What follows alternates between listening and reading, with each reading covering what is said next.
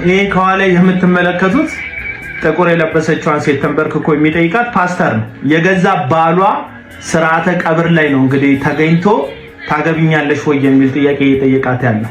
ይህንን ሲፈጽም እንደምትመለከቱት አስክሬኑ እንኳን ግብአተ መሬቱ አልተፈጸመም። እዛው ፊት ለፊት ሐዘኑን ያልተወጡ ሰዎች ቤተሰቦቹ ሁሉ በተሰበሰቡበት ታገብኛለሽ ብሏታል። እሷም ደግሞ አዎ ብላ ተስማምታለች፣ ባሏን ሳትቀብር ማለት ነው። መጽሐፍ ቅዱስ እያለ ያለው በተለይ በሐሰተኞች ዙሪያ ላይ በደንብ እየተፈጸመ ነው የመጣው ከብዙ ዘመን ጀምሮ ማለት ነው።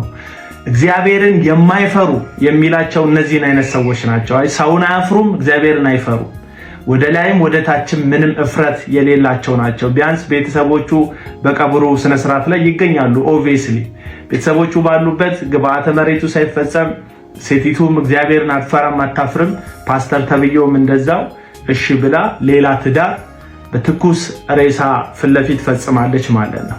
አሁንም ይህንን ቪዲዮ የምናሳየው ደቡብ አፍሪካ የተፈጸመ ነውር ለማጋለጥ ሳይሆን አላችሁ ከሐሰተኛ ነቢያት፣ ሐዋርያት፣ አስተማሪዎች ጋር ህብረት የምታደርጉ ትዳር እያላችሁ በአማክረኝ ሰበብ በጸልይልኝ ሰበብ የማይሆን ነገር ውስጥ የገባችሁ በጣም ብዙ ሰዎች አላችሁ፣ ብዙ ሴቶች አላችሁ እና መጽሐፍ ቅዱስም ስለነዚህ ሐሰተኞች ሲናገር እየተማሩ እውነትን ወደ ማወቅ የማይደርሱ ሞኝ ሴቶችን ወደ የቤታቸው እየገቡ እየሾለኩ ያታልላሉ ይላል።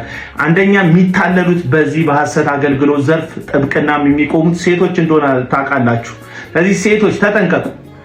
እንደ መንፈሳዊ መሪ መተማመንን እንጣ አይደለም እያልኩ ያለው ጤነኛ የሆኑ ቤተክርስቲያን ያላቸው ቢሮአቸውን ክፍት አድርገው የሚያማክሩ በጽድቅ በቅድስና የሚያማክሩ ሰዎች አሉ። ግን ብዙዎች ደግሞ አመፀኞች አሉ፣ እርኩሰትን የሚፈጽሙ የሰውን ሚስት የሚያባልጉ። ከእንደዚህ አይነት ሰዎች እንድትጠበቁ ከነውረኞች እንድትጠበቁ ጥሬን አቀርብላችኋለሁ።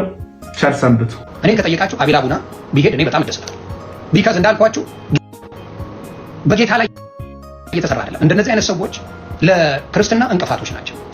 ጌታ አልገባቸውም። ውስጣቸው ጌታ የለም። ዋጠጪኝ ኦ ማይ ጋድ ተቃጠልኩ እያለ ቢሄድ ደስ ይላል።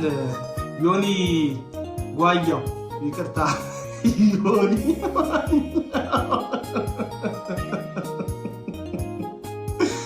ቢሄድ ደስ ይላል።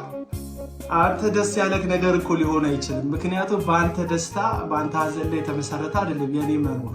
በእርግጥ ኦርቶዶክስ ኢየሱስ ክርስቶስን አታውቅም፣ ለኢየሱስ ክርስቶስ አዘምርም ባላችሁት ሐሳብ ላይ ስላልተስማማው ትዝታም ስለሰረቀው መዝሙር ሰሞኑን ስለተናገርኩ ዮናታን አክሊሉም አንገታቸው ላይ ክር ያደረጉ ልጆች ለዛው የፕሮቴስታንት ቤተሰብ ሆነው አንገታቸው ላይ ክር ያደረጉ ድራማ ሰሪዎችን እያደረገ ወንጌል ላይ የሚያደርገውን መዘባበት ስለገለጥኩ በብዙ ለወንጌል ሳይሆን ለግለሰብ በተቆረቆራችሁ ልክ እንዳንተ አይነት ሰዎች የሆነ ስድብ የሆነ ትችት መጥቷል። ይህን ግን መጽሐፍ ቅዱስን የሚያውቁ እግዚአብሔርን የሚፈሩ ቃሉ ላይ መሰረት ያላቸው አማኞች ትችት ሳይሆን ወንጌልና ግለሰብ የማይለዩ ትዝታው ሳሙኤልን በግል ሐሳብ ሲሰጠው ወንጌል ላይ ተቃውሞ የተነሳ የሚመስላቸው ዮናታን ላይ ስህተት ሲገኝና ይህ ልክ አይደለም ሲባል እግዚአብሔርን መንፈስ የበደልን እግዚአብሔርን ቃል ያጣመምን የሚመስላቸው ቃሉንና ግለሰብን ለይተው የማያውቁ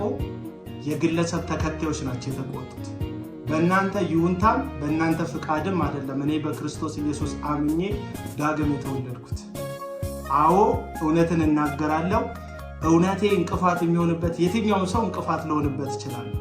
ነገር ግን የኔ እውነት ሰዎች ወደ ክርስቶስ ኢየሱስ እንዳይጨምሩ አያደርግም። ይልቁንም በሐሰተኛ ነቢያት፣ አስተማሪዎችና ሐዋርያት ምክንያት እየተሰናከለ ከእግዚአብሔር ቤት የሚወጣውን ምስኪን ሕዝብ እግዚአብሔር ላይ አይኑን እንዲተክል መንፈስ ቅዱስን እንዳዳምጥ ቃሉን እንዲመለከት ከመጠቆም ውጪ እኔ አቤል አቡና ያደረኳችሁ ነገር ያለ አይመስለኝም።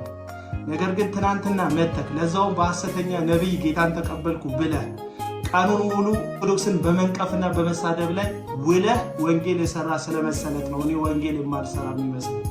ለማንኛውም ከኋላ ያመጣ አይናወጣ እንዳይሆንብህ ነገሮችን በልክ እንድታደርጋቸው ሐሳብ እሰጥሃለሁ።